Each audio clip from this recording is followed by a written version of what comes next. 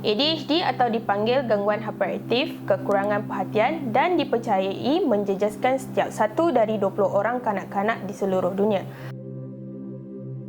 Kanak-kanak ADHD kebiasaannya tidak dapat memberi perhatian dan atau juga mempunyai hiperaktif impulsif. Perkembangan mereka tidak konsisten dengan tahap perkembangan kanak-kanak lain dan secara tidak langsung memberi kesan negatif kepada aktiviti sosial dan akademik mereka. Sebelum kita mengolah dengan lebih lanjut lagi tanda-tanda ADHD, saya akan menjelaskan 3 jenis kategori ADHD sekunder.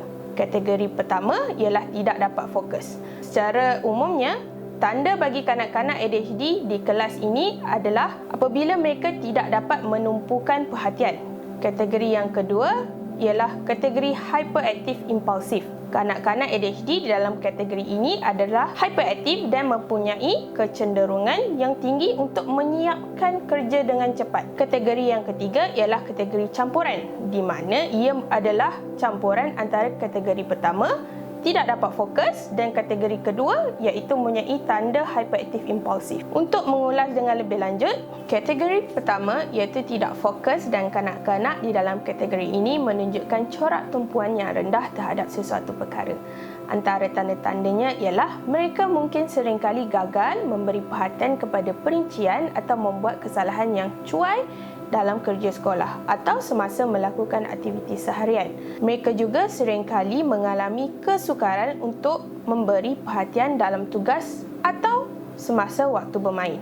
Tanda yang ketiga ialah mereka tidak dapat memberi perhatian sewaktu berkomunikasi dengan orang lain.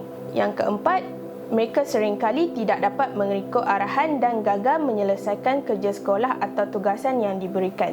Mereka juga selalu mengalami kesukaran untuk mengatur tugas dan aktiviti. Tanda seterusnya ialah sikap menghindari atau enggan melakukan tugasan yang memerlukan usaha mental. Seterusnya, mereka selalu menghilangkan benda yang diperlukan untuk tugasan atau aktiviti seharian. Yang terakhir, kanak-kanak di dalam kategori ini selalunya pelupa dalam melakukan aktiviti seharian. Kategori yang kedua atau dipanggil hyperaktif impulsif.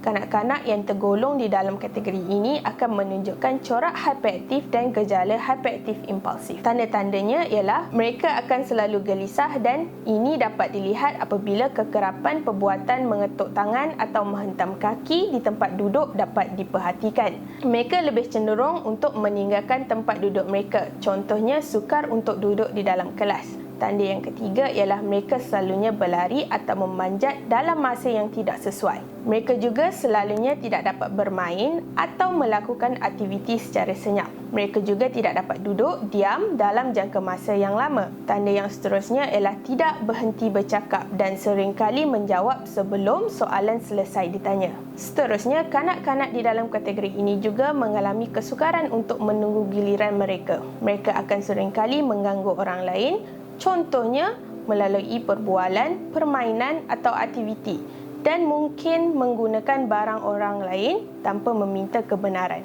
Kategori ketiga ialah kategori campuran di mana kanak-kanak ADHD mempunyai semua atau salah satu tanda daripada kategori pertama ataupun kategori ketiga. Terima kasih kerana menonton video ini.